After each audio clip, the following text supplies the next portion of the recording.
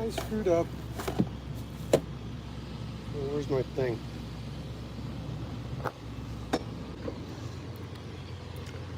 Where's my tripod? Good morning, y'all. We're back on the road again.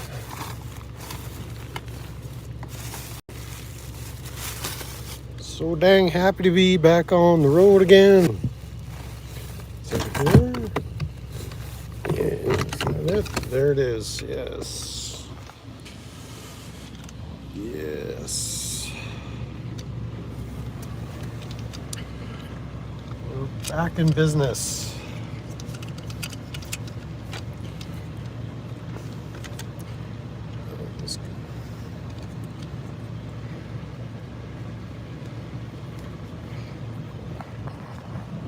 Set you down in here. Welcome in, welcome in. It's been a while since I've seen YouTube folks. It was Friday or Saturday. Saturday we went for Chick-fil-A.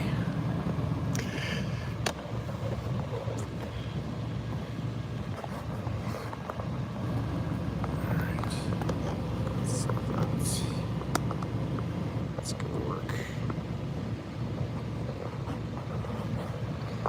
We're here in Butte, Montana. Blazingly bright, sunny morning. Good morning, Joe.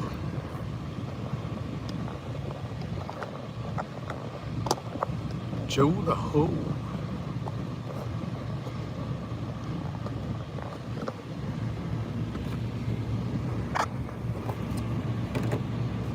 Joe apparently is a hoe. The rig is situated at the Flying J truck stop. Flying J and Montana Lils. Every truck stop in Montana has a casino. It's part of it. Good morning, Tagrif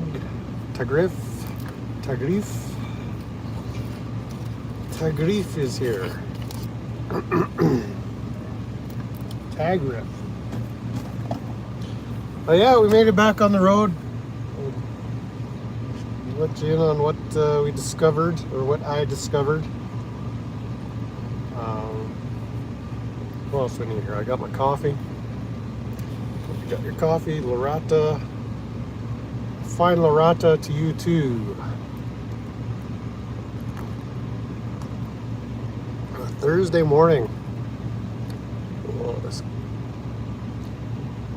coffee cup needs a good pressure washing there.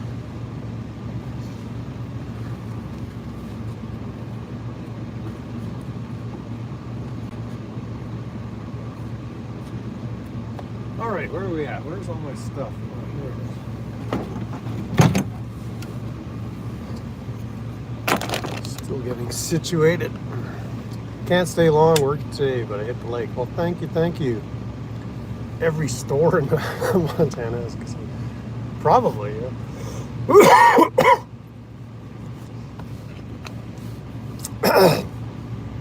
I'd say about, to make a long story short, 75% of my vehicle issues were due to this. The clogged fuel filter. Now, I think the carb, I did replace the carb for those of you who've been following along on my saga. But just to spoil the ending, it came down to this. So, explain a little bit of what that all meant. And we're streaming in vertical mode. I forgot to set it to horizontal. My personal preference is horizontal, but more people tend to find the stream. I guess YouTube promotes the vertical streaming. I don't care for it. Good news, but it was an expensive lesson to learn. You check the simple things first.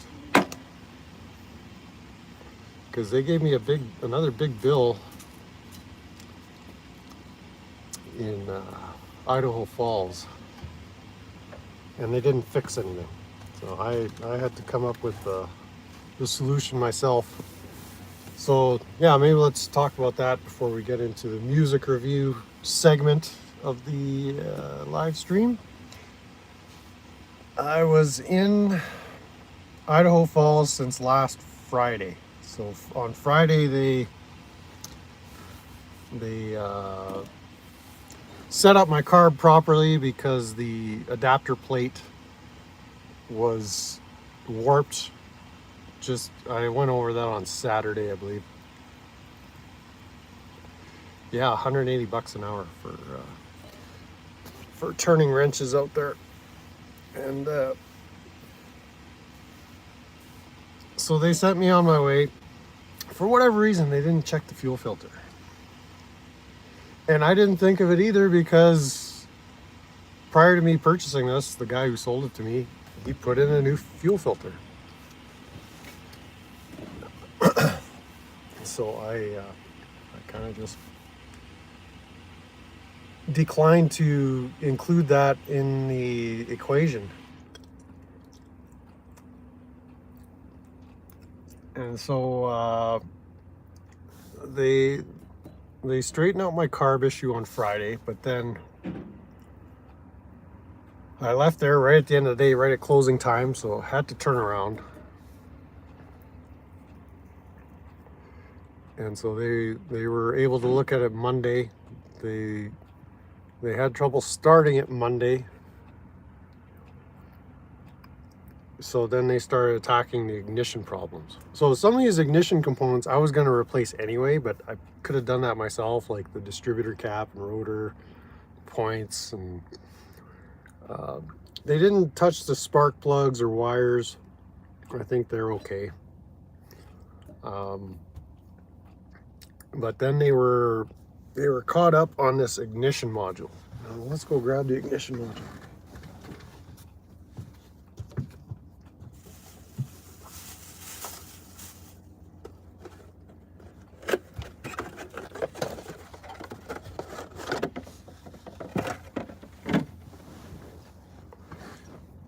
So the shop manager there, or service writer, said your ignition module is no good because it's this integrated circuit in the back here. It's all rosin coated or epoxy, I don't know what you call that stuff, and it was kind of bubbling, so there was some heat in there. They said that's what's causing it to stumble. So then they phoned up their buddies at O'Reilly's, got two new ones. You know, halfway through the morning I said, yeah, we've run into the problem. These cheap made in China parts. We got two defective modules. They're not working in your vehicle. So, well, try somebody else. So I think they got one from Napa. They ended up switching out a bunch of these ignition modules. And what happens is the truck will run on it, but it has a hard time starting. It only seems to want to start when you let off the key, and it'll start sometimes, but it's pretty unreliable. And then they explained to me, like, your original module, we can start the truck. It's just we have to ground the module for it to work properly. So I said, so this was through Monday and Tuesday. They were looking at this thing. So at the end of the day, Tuesday, I said, just put my old module back in. I'm out of here.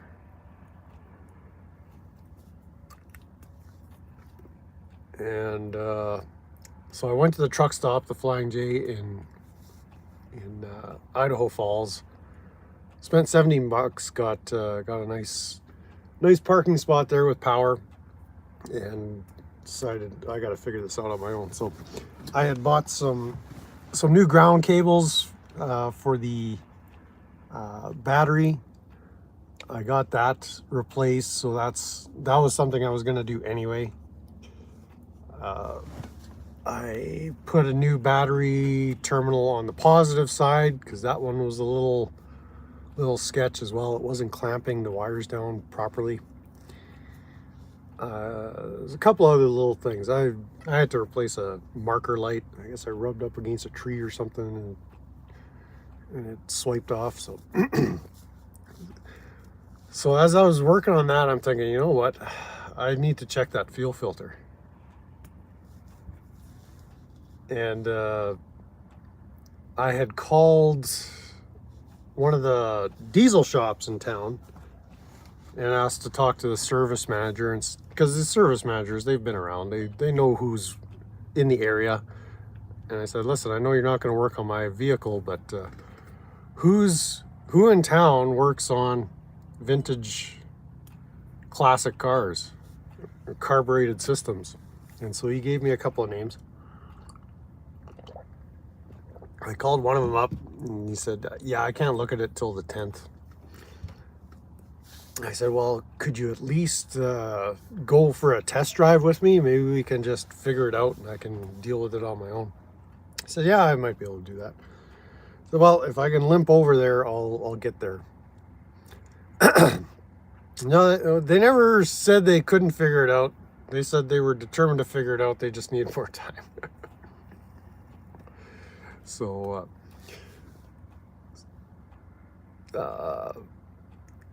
so in talking with this other garage, I had got the idea, okay, maybe it's a fuel filter. And then I called him back throughout the day because I had changed out the grounds, changed out, I actually tried this module just to see for myself what it was doing. So this is one I picked up at O'Reilly's for 70 bucks. So I'll be taking it back because it doesn't, it's no good to me. And so then I put my old module back in. I put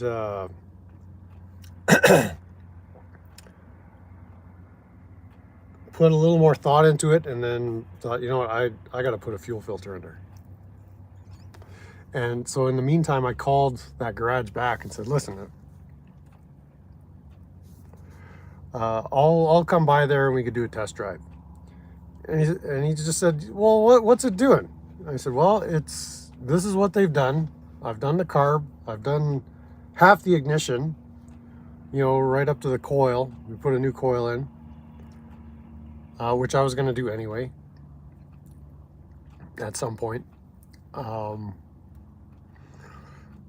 New ballast resistor, and it's just stumbling at high speed. And he says, it sounds like a fuel filter. I said, yeah, I was thinking along those same lines. So I went to Advance Auto Parts after lunch at Chick-fil-A. So this was around lunchtime yesterday. And I could barely get to Chick-fil-A just because I had this module in there. And I took a fuel filter that I had bought in Billings when I bought the carb to put in line with the carb right before the carb. And so I swapped that one out because I figured this one's got to be pretty clean. I swapped it out for the one that I had left Manitoba with. And then it wasn't making a difference. So I put my old ignition module in, went to Advance and grabbed 2 of these and 1 of these. So this is a new one. Well, I was at the parts counter there, asked them for fuel filters, and they said, do you want the plastic ones? And I said, no, I'd like the metal ones. And there was a guy standing at the counter as well. He said, no, get the plastic ones because you could see all the gunk in there. I thought, yeah, that's actually a good idea. So I got two plastic ones. There's a plastic one on the truck right now, and it's pretty clogged up.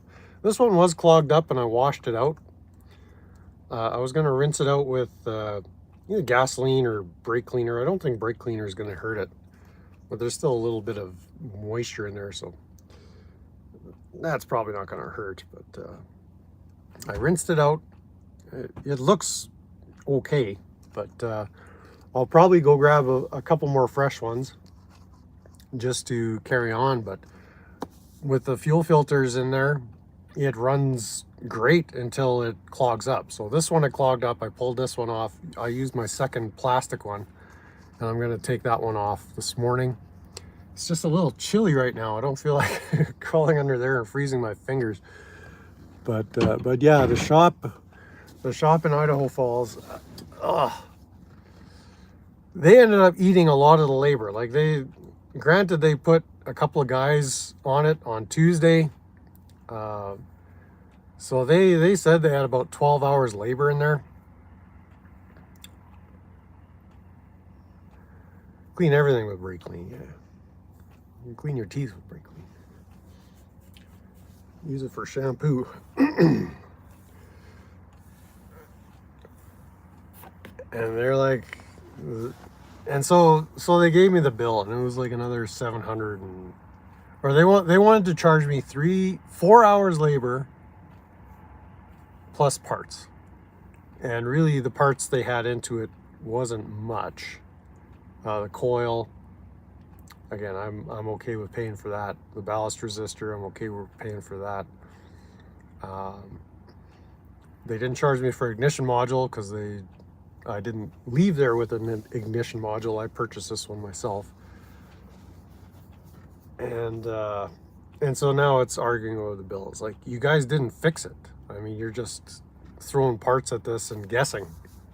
Like, I'll pay you an hour diagnostics and whatever flat rate it is for installing those parts. Like, it's 5 minutes to change out a coil. It's 5 minutes to change out a ballast resistor. It's 5 minutes to, but all that troubleshooting is like, you guys were not coming even close to getting to the root of the problem. And this was before I knew it was a fuel issue.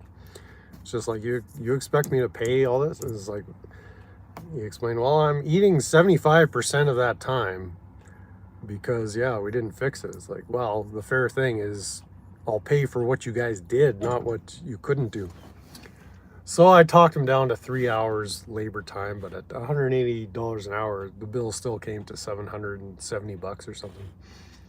So I was not happy with that because I left there in no better shape than when I showed up. So, but lesson learned, I guess, hard lesson learned.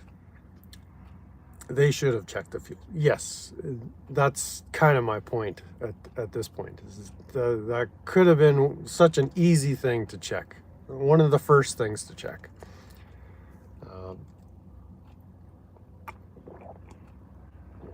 Granted, myself, that wasn't the first thing I would have checked. But in hindsight, as far as a learning experience, this tells me, it's like, yeah, go for the obvious things first. And I kind of instinctively know that. Like, I'm just sitting there all day, Monday and Tuesdays. Like, everybody seems to be overthinking this. It's got to be something simple. And yeah, when I went to install this thing, like, I made sure there was a good ground, because this thing just grounds to the body. I made sure the firewall had a nice clean surface. I made sure all my grounds were good. And so I've got a good body ground now.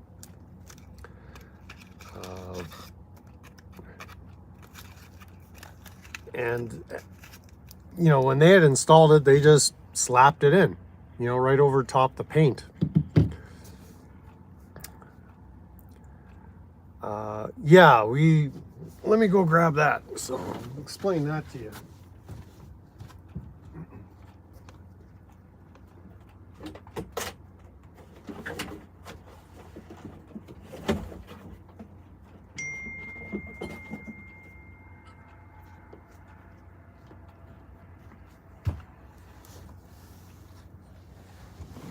So this was the adapter plate I got with the carburetor, and it comes with this plastic insert.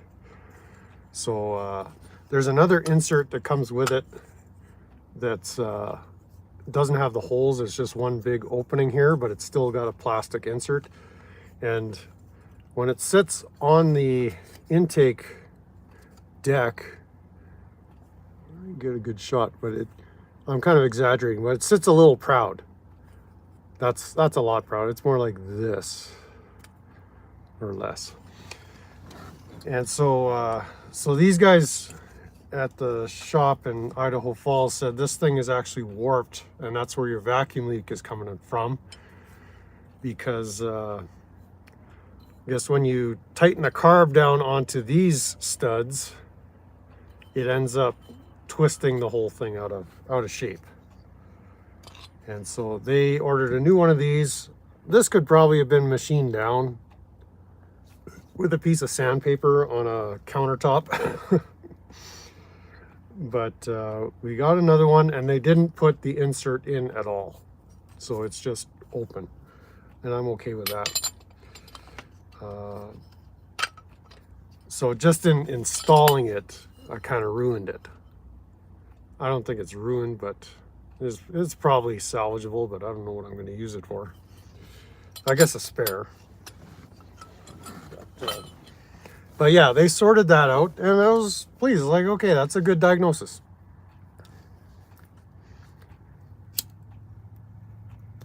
I don't mind paying for that, because you figured it out. Because there was no vacuum leak after that. And so yeah, it was just chasing down an ignition problem that isn't really there. And I guess that's a rabbit hole or pitfall you could find yourself in when doing auto diagnostics. Is, yeah, I get they're not routinely working on carbureted vehicles, but that fuel filter should have been part of the discussion, and it never was. Grinder and a Dremel. Well, my thing is, I used to keep around a piece of granite countertop, just a broken chunk. And then you get that bodywork, or even any sandpaper, and there's that self-stick sandpaper you can get. You just put it to a perfectly flat surface, and those granite tops, they're machined fairly flat, you know, within the tolerances that you need for this kind of stuff. I mean, there's going to be a gasket in there as well. So within a few fractions of a thousandths of an inch, that's good enough for me. And then you just do your hillbilly grinding. There's other materials. People use glass, you know, nice piece of plate glass or something that's smooth, not bent like a windshield or something. But that's kind of a machining trick. But yeah, it was sort of just a disappointment that these guys were like a bloodhound on a scent to get to the bottom of an ignition problem, and it's apparently not an ignition problem, because that ignition module that I left Manitoba with is working perfectly fine. So that's that. So I'm going to be swapping out my fuel filter this morning. Go and grab a couple more spares.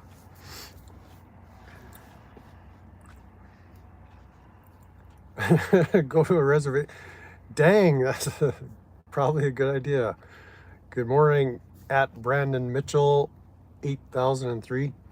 Why is YouTube doing that for YouTube handles now? Maybe it's just on vertical streams. Yeah, well, I was watching a video yesterday. It's like, I think it was Scanner Danner. Or no, I forget who. We're going to be turning into Cuba, working on old 20-year-old vehicles, just keeping them running because the new vehicles are either unserviceable or parts not available, and so I guess as long as there's a supply of junk parts, we can make North America Cuba again or something like that.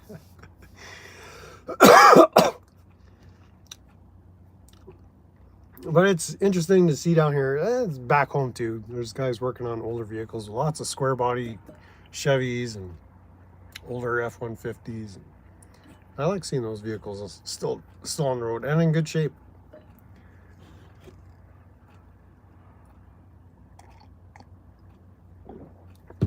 But that's the vehicle situation. So yeah, we made it about 250 miles from Idaho Falls to Butte. I didn't leave there till about 4 p.m. Oh yeah, and so I got about 70 miles down the road, fueled up, because I only get about 7 miles to the gallon. Welcome in, Conspiracy. Good to see you. I got about 70 miles down the road. I figured out the towns in between here are between Idaho Falls and Butte are pretty sparse, so I stopped for fuel a couple of times. And at the first fuel stop, there was a coolant leak. So one of the heater hoses for my cab heater sprung a leak. So I ended up fixing that right in the parking lot. So that was only about 20 minutes, half an hour. The Dodge Intrepid, 400,000 miles. Awesome. Yeah, you learn to be a good mechanic when that's the only vehicle you got, and you got to keep it running, and you depend on it. So yeah, I just fortunately the brake was right close to a fitting, so I just had to slice a couple inches off and then reattach the fitting. There was plenty of hose. Even if it was in the middle, I would have just put a coupler in there. Although I don't know where I would have found a coupler at 6 o'clock in a town with no hardware store. But I would have found something. Piece of pipe or a hose, or we would have made it work. But fortunately it was the burst was in a spot. Yeah, it was just old rubber hoses. So it was right near a fitting where it was all kind of decaying in a high heat area. So I got that sorted out and carried on. Drove right up until about 11 p.m. So it was kind of long, but I had stops in between. I was switching out fuel filters.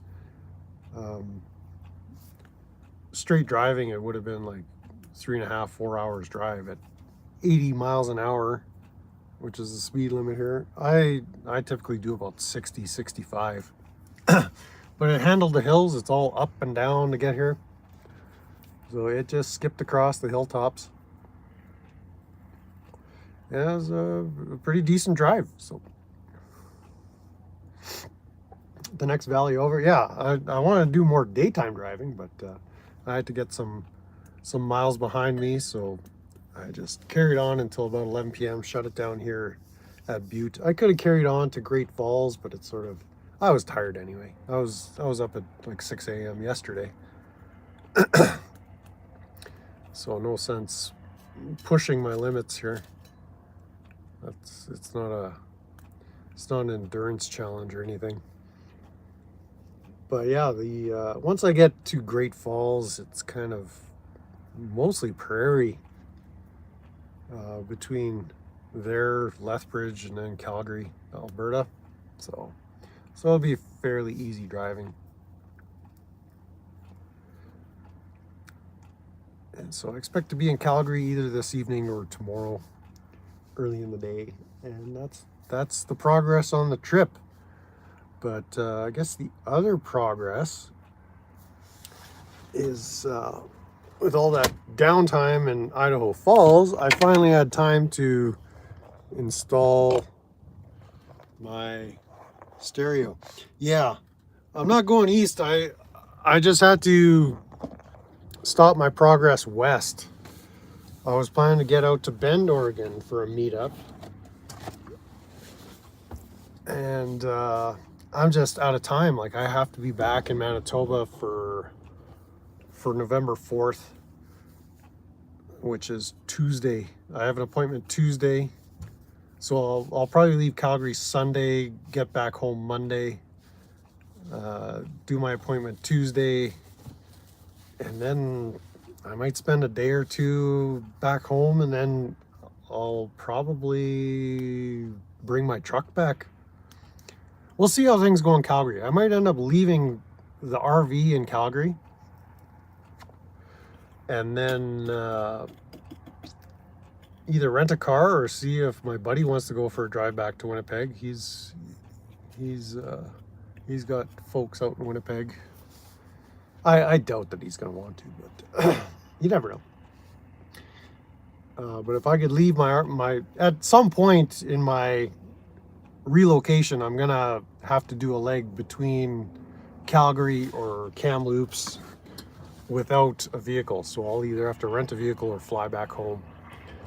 Didn't make it to Oregon, just came close.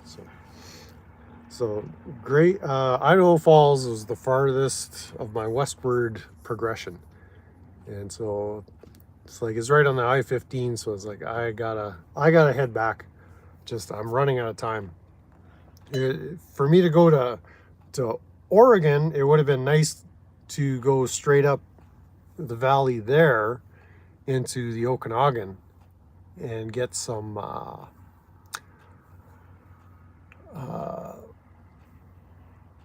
get my progress to Kamloops, but just ran out of time with all this downtime with the vehicle.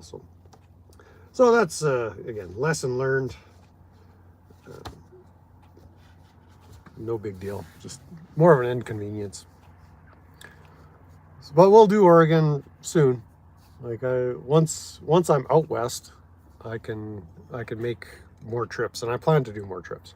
Whether it's in this thing, as long as it's all sorted out, but this thing is probably going to be sold. I wouldn't say sooner rather than later, but at some point, like I'm not going to be an RVer. This is just my house on wheels for now. Oh yeah, another thing I did yesterday while I was waiting, I got the rest of my front of my roof insulated. So now it just needs to be covered.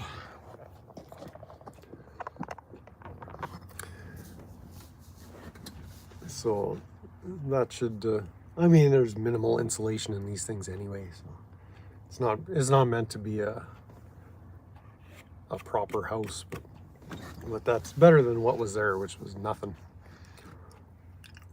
And yeah, so we'll see. We'll see when I get to Calgary whether I decide to drive this thing all the way back home. But at some point I'll have to get two vehicles out there. So unless I can recruit a driver to come with me, but then they got to get back. So whatever, we'll figure it out. But that's the progress or lack of progress, and so yeah, I had to cut short. This stuff, we used to call it Astro Foil. I forget the trade name of it now, but it's basically just bubble wrap with foil on either side of it, and it's got I think the same R value as an inch of styrofoam SM. I could be wrong. That used to be, I think SM is R5 per inch. And I think this is probably R5 because I think I had 3/4 or 1 inch. I think it was just 3/4 styrofoam insulation in my existing setup here. So not a ton of insulation. I could find some more sheet insulation, I guess. I still have a little bit of this left over. I could double it up. But I think that's sufficient for now.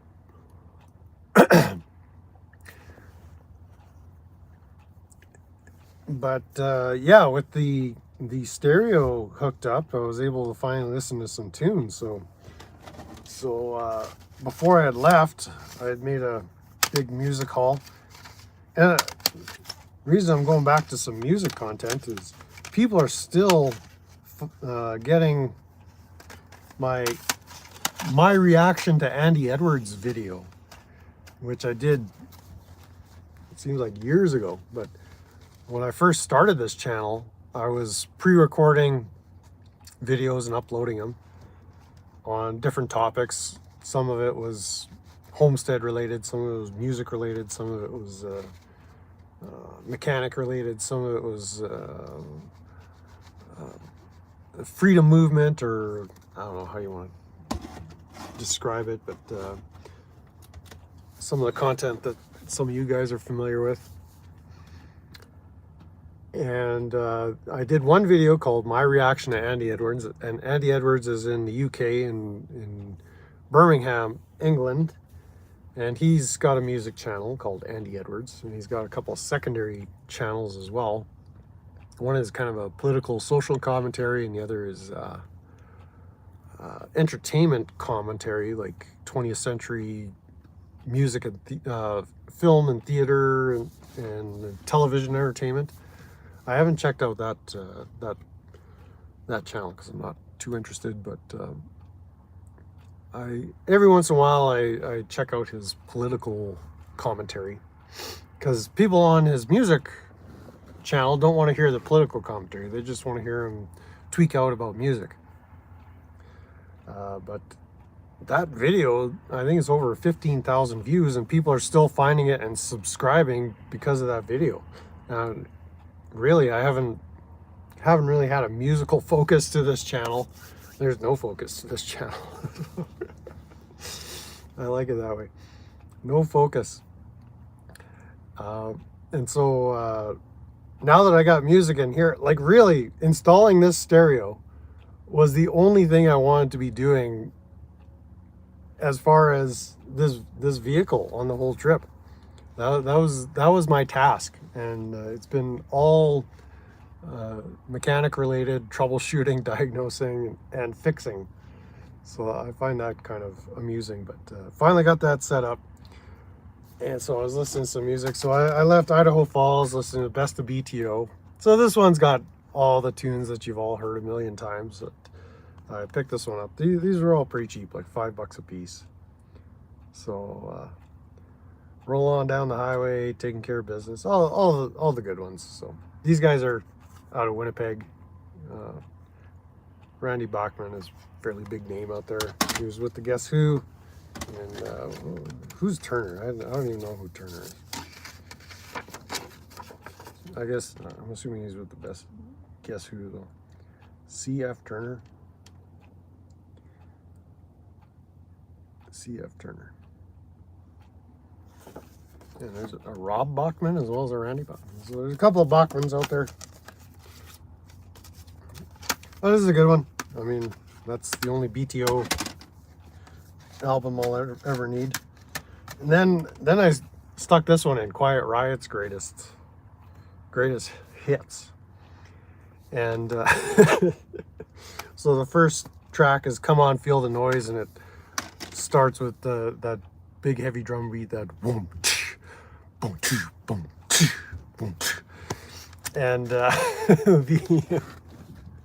the front speaker here is completely blown, so on all those bass drum hits, it's like so I'll have to get some speaker upgrades to this thing. There's speakers under the seats, there's speakers in the back. I can't even hear the speakers in the back while I'm driving. All I hear is this. But this is a good one. There's a couple of live tracks on here. Bang Your Head and Let's Go Crazy. So that was a good one. Then what did we find? I stuck in Robert Johnson, King of the Delta Blues. This is okay. It's not something I'd pick up and listen to. It's sort of something you'd have playing in the background if you're working on something in the shop, or I don't know. It's good. I bought it because, Robert Johnson, right? Down the Crossroads Blues. Went down to the crossroads. Then gave a Queen of Country, or one of the Queens of Country, Tammy Wynette, Stand By Your Man. This one's pretty good. I mean, it's Stand By Your Man. Like, you really hear especially in the vocalization, it goes back to her days at Graham Parsons. So just got that swing and that swagger, that feel to it. This one I think I had listened to. I got this at the thrift store. I think this was 25 cents. Truckin' Country. So this one's 6 days on the road, White Lightning, 500 miles from home, Working Man Blues, Heart of Dixie, King of the Road. So I had listened to that in my truck before I'd left home, but I slapped that in there anyway. And then this one was the kind of pleasant surprise. This is what I rolled into Butte, Montana with, Best of Sweet. So all the hits that you'd ever need from Sweet on this one. So this was a good find. I really enjoyed that one. And then next up in the queue, what I plan to listen to on this next leg is I had found this one, Artemis Pile. What is it called? Pile Driver or something? Artemis Pile Driver. So I guess that's a solo project he had done at some point. So we'll give that a listen to. I haven't heard that one yet. I don't think I've heard any of these. Highwayman.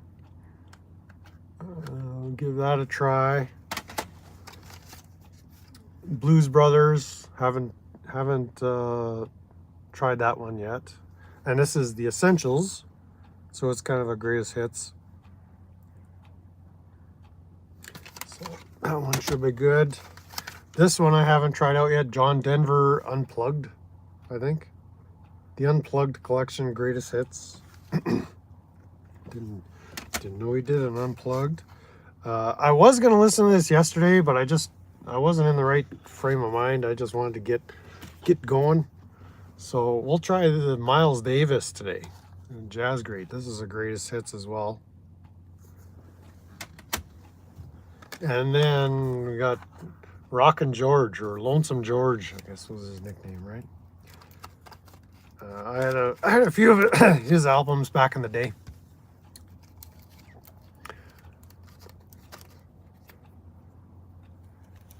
But I'm not going to go back and buy all those albums. So this one, yeah, it's got pretty much everything I need here.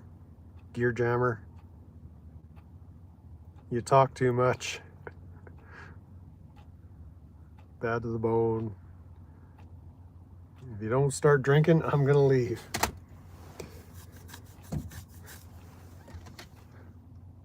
I thought there was a newer one that he had a newer hit like in the 90s. I don't see that one on here, but whatever. And then there's a few others, but these are the ones I picked out to listen to through the morning and afternoon, if and when I get going. So just kind of in a little bit of lazy mode right now. Well, welcome in, Igloo 211. Good to see you.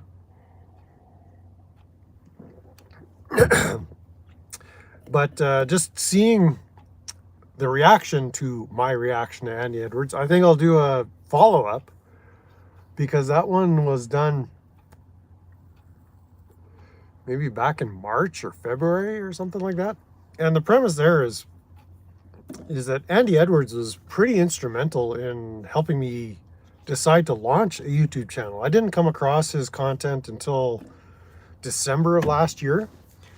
And just seeing a guy with a camera set up talking shit about music is like, I could do that. I was like, why am I not doing that? Like this, it seemed like YouTube was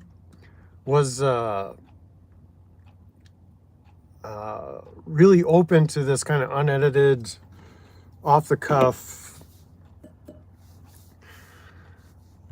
kind of free association, free expression type content. And eventually I migrated over to more live content. Hey, Mr. Osgood in the house. Good to see you, my friend. We will meet up real soon.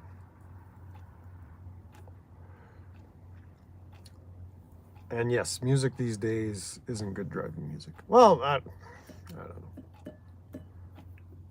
Driving music, yeah, is probably tough to find good driving music. There's possibly some listenable music, but specifically driving music, yuck. Good luck with that. Good luck with that, finding anything in the last 20 years, 25, 30 years. But the Andy Edwards, or exposure to Andy Edwards, was inspiring to me. Is like, if this numbskull can do it, and he's a funny guy. Like I get a lot out of his presentation. Like it is just he's a musical artist, like very talented. Man, Clutch. For some reason, I think I heard that name. I don't know if I've ever encountered their music, but I'll take that recommendation.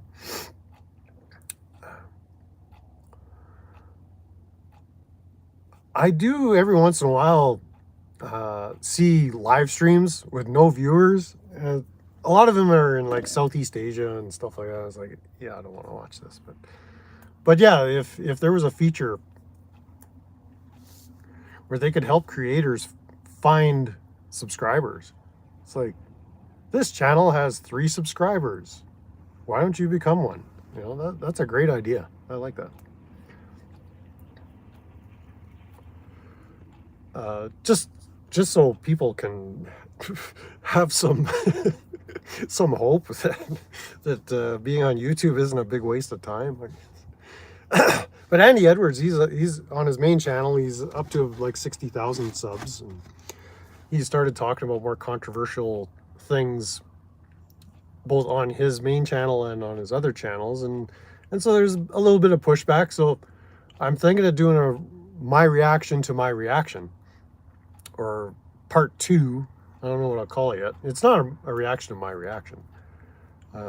Back then, my reaction was, again, it was a little different presentation style. I was kind of not reading off notes, but going off notes, making sure I hit the points I wanted to hit. Now I just turn the camera on, and yeah, you can't just search live streamers, eh?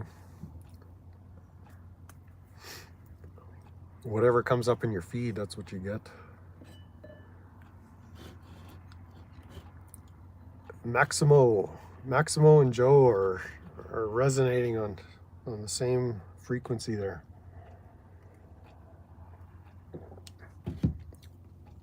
But yeah, people are sending me comments to that video, which is 6 months old or longer, saying, yeah, you got a new sub. And it's like, just for the sake of those people, I'll do another Andy Edwards feature, probably on a live stream, because I'm not doing much pre-recorded and uploading videos, because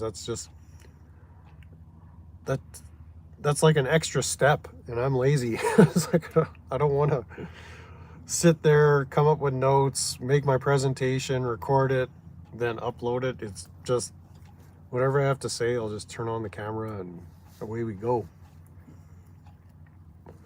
But there is a big segment of YouTube, they're not watching live streams. They're looking for that sweet spot, the 20 to 40 minute video that they can watch at 2x or whatever, and you can get an episode in 20 minutes or something like that. Sometimes people don't want to click on a replay of a 3.5 hour live stream. I have rambled on at some point. We got to do another ribeye stream. All my ribeyes are back in Manitoba, so I'm not planning on doing a ribeye stream until I get back home. So, but it's coming. And some of those, they could just go on and on and on. So it's kind of the challenge for me is, how do you cater to people that are looking for that pre-recorded content, that little encapsulated idea, one concept to focus on, versus this, which is all over the place. We were talking about driving tunes, mechanic shops, getting raped by mechanic shops. Can you say that on YouTube? I guess we'll find out. The butcher shop in Williston.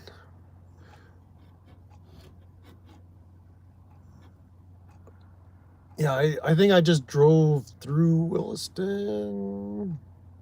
So I didn't linger there. I didn't scowl around Williston. That was just a quick pass through. I'm just trying to remember. It seems like ages ago that I was back in Montana again. Like, really, from Billings to Butte, I should have just come straight here and saved myself 10 days. But I still wouldn't have necessarily found the fuel problem. Yeah, most people look for specific topics. Others just click on a live stream and what do you got? Entertain me, or let's chat. And that's the appeal of the the live streams, is the interactivity. It was at, yeah, I didn't even see Williston. I went through on the highway, just quick pass through. The thing that was happening with me last year, like in 2024, is I was getting more involved in chats and leaving comments on videos, and that interactivity, like you're giving feedback and getting feedback. I think that's the beauty of platforms like this. It's not about likes and clicks. It's like there's real people out there with things to say, and at some point I found myself commenting and chatting. It's like, you've got enough to say, you may as well just actually start making videos and just go for it. So that's kind of my word. I've said this before, like, if you find yourself endlessly just chatting up or commenting, just go ahead and start turning camera on and make your comments available for everybody and let them chat back at you. So that's kind of lots of jobs, and pay is good. Yeah, we'll see what the future holds for as far as jobs and pay. I'm more into doing hustles and scams, and I don't know, it's not a job necessarily, it's more of a pastime. Sometimes there's money involved, so. But yeah, it was kind of I found myself just on YouTube saying what I wanted to say through chats and comments, and it's sort of like, why don't I just say it with the camera turned on? And so I started doing that. So that's just a bit of encouragement for anybody watching this, either on a replay or live, that just start making content, you know. Start tweaking out and scaling out, and let people come in and tweak out and scale out with you. So it's a lot of fun. Unfortunately, during this trip, I had plans to be a lot more consistent with making live streams of content, but the vehicle has just been consuming all of my mental and physical energy and time. So it's sort of, I wasn't going to do, okay, here's day 4 at the mechanic shop, still no progress. Like, that's not the kind of content I want to put out. But yeah, music is still a part of this channel. For those of you finding your way in from that Andy Edwards reaction video, but I think there's going to be some content I'll address as far as the direction I see Andy Edwards has taken and is going.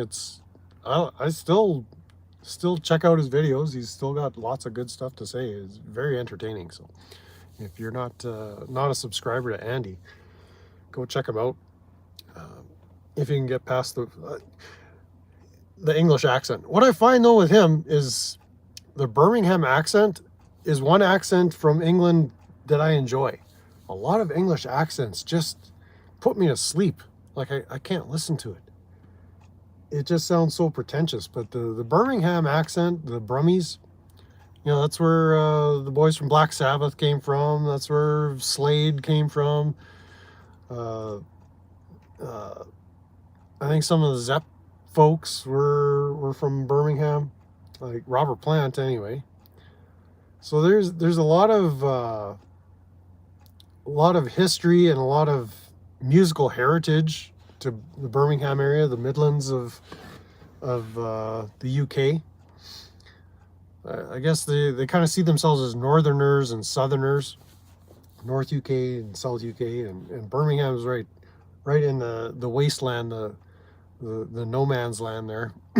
Working class folks, and yeah, just the music that's come out of that region is incredible. It's still listened to this day. And it's not to take away from other English bands, but the Pink Floyds, they were the Cambridge poshy boys, and the Rolling Stones, they were all Londoners, and the Beatles were Liverpudlians, and each one of those particular regions has their own flavor, but it's like the Brummies, those are my people. A lot of us would go over there and just fit right in. Nice country folk and hardworking tradespeople, industrial region, lots of manufacturing that had gone on there historically, and there's kind of a sound that comes out of different regions. There's mountain music, there's swamp music, there's urban music, there's all kinds of different genres of music that are reflected by the land mass that you're actually situated on. There's something corporeal or incorporeal about that. And another shout out, and this is in a completely not a sideways direction, but it's music related. There's a content creator called John Collins, and his channel is Leaving the Message. And he was involved in a religious cult back in the day that was related to William Branham, mid-20th century religious huckster. And there was a whole group of kind of cult religions that sprang out from the Branham message. And his channel was called Leaving the Message. And over the years, I've been exposed to Christian ministries that were kind of related, even at arm's length, to that kind of same Branham message. And so I found his content about a year and a half ago as well. But he had a guest on from Germany last night, and they had an amazing discussion on the power of music and its ability to influence the way people feel in particularly a religious setting.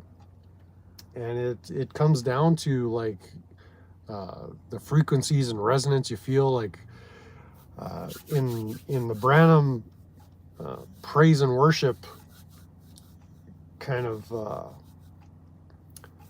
style that they would use. They'd have the big organ, and as you're playing the organ, like the sounds actually create a rhythm that, like, who has access to an organ now? But if you hold down a note or a chord, you'll feel that there's a secondary rhythm to the tone that's being. It's like a beat that's underlying it, and when you get that beat along with the particular tune or harmony or melody that's going on there, it actually creates like a physiological response, and people will feel the Spirit of God or feel they had an encounter. Meanwhile, it's the music that's stirring them. And I've known this for a long time. It's just how to put it into words. But these two guys had an amazing discussion. Check out Leaving the Message and just find the most recent videos. You'll see this guy, Christian something or other from Germany. And they had a really good discussion, whether you're into religious content or not. But if you're not into religious content, it'll give you kind of a sneak peek into some of the workings of how ministries literally can manipulate people through the power of music. And a lot of these ministries now, like I was associated with IHOP, International House of Prayer, for many, well, not many years, from about 2010 to about 2015. In 2015, I just didn't like what I was seeing, so I kind of just stepped away from anything that was related to that ministry.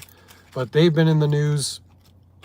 Bethel is in the news, and Bethel is in Redding, California. It's all centered around the musical expression and the message that is prophetic and apostolic in nature. And you know, if you're not into religious terms, like, those don't necessarily mean anything to you, but it's like they prop up their new gospel by getting people to feel an encounter with God through their worship times. And by worship, I mean a band on stage leading the congregation through a number of musical songs or that kind of thing. And so that physiological response translate into, it's like you're buying in to the message because you felt God's presence, or you felt God moving, or God speaking to you during that encounter time, during the music, the music, right? So it's all very interesting to me how how you can use music as a tool, and like any tool, you can use it for good or bad. You can use a hammer to hammer a nail, or you use it to smash a window, right?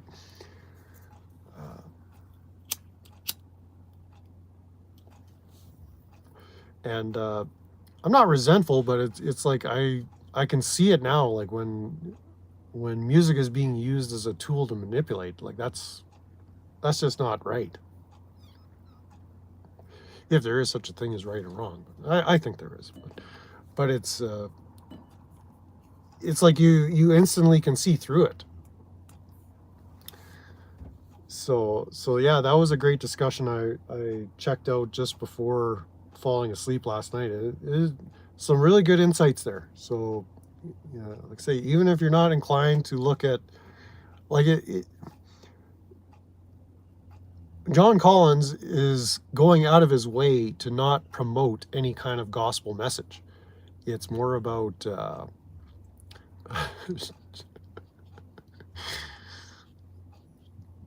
Joe the Hose got his own sock account for himself, or did somebody just make a sock account for you?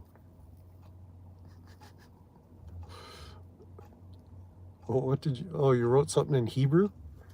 Nice. I can't read Hebrew.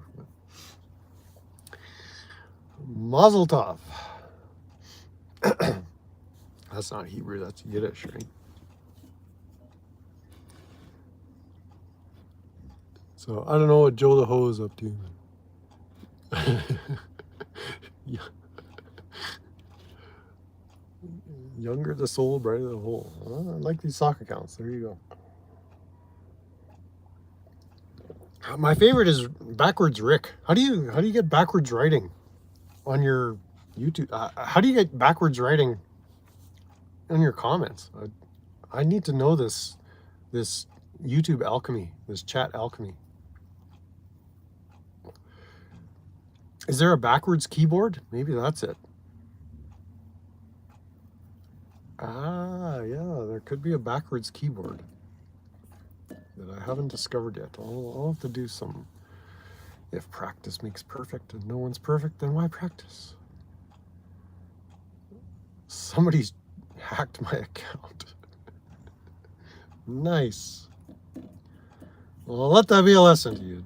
Use the internet at your own risk. That's funny. I've not seen this before.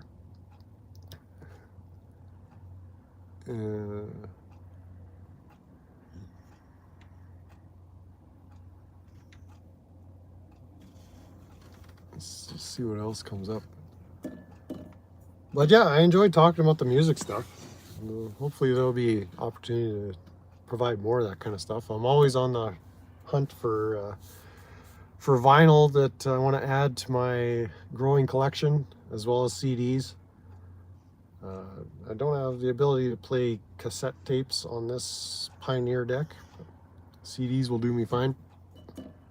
The old F350 1-ton has a cassette tape deck CD stereo in it, so I do have an assortment of cassettes that I carry along with me. But I guess the last thing to comment on is this week, between what's going on with Clash with Bow and DirectD, and it's sort of like the DirectD crash out is just so amusing. And there was this doxing going on, and this tweak expose that occurred on Monday or sometime, and it was just so lame. It was sort of like I haven't seen Bao since Monday or Tuesday.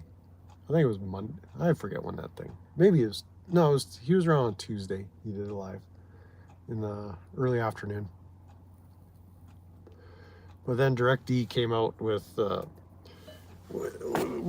his windmill arms just flailing, thinking he was doing a major takedown. And it's sort of like, dude, we know Bao's a weirdo. We know he's probably hangs out with weirdos. You're not telling us anything we don't know. So I hope, I'm fairly confident Bao's not shaken by this.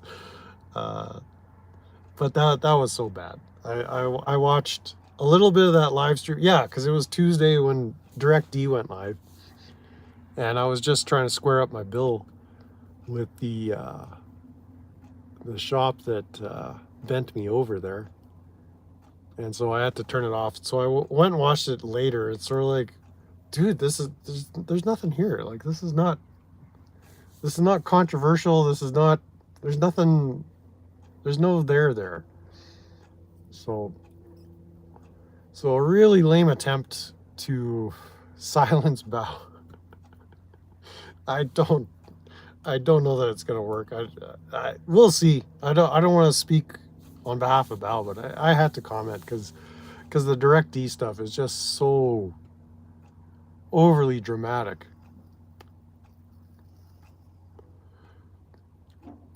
Yeah, it's like, okay, so your girlfriend's a little on the tweaky side. Like, who isn't? Like, you're gonna start attacking people for behaving tweaky on the internet? It's like, you've got a big task ahead of you. Like,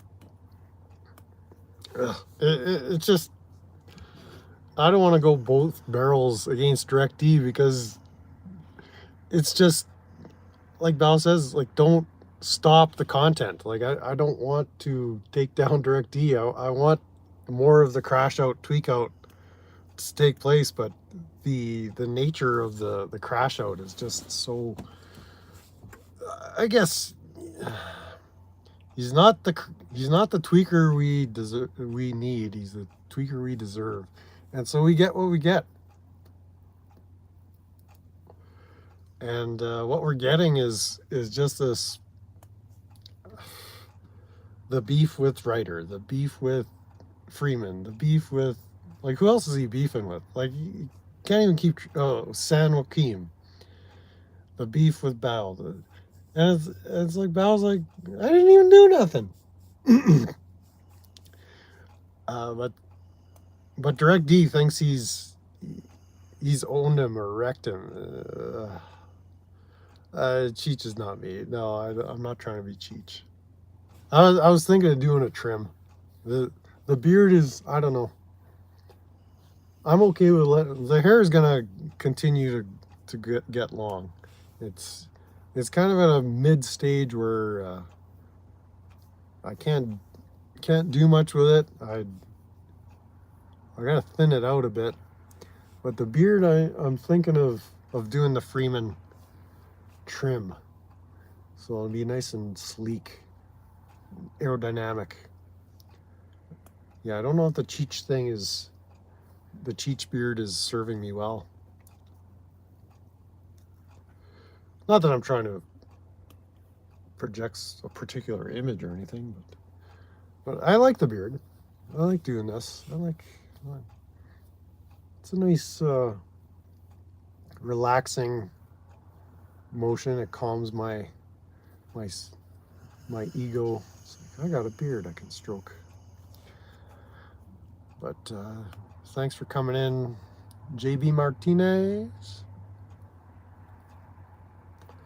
D1U.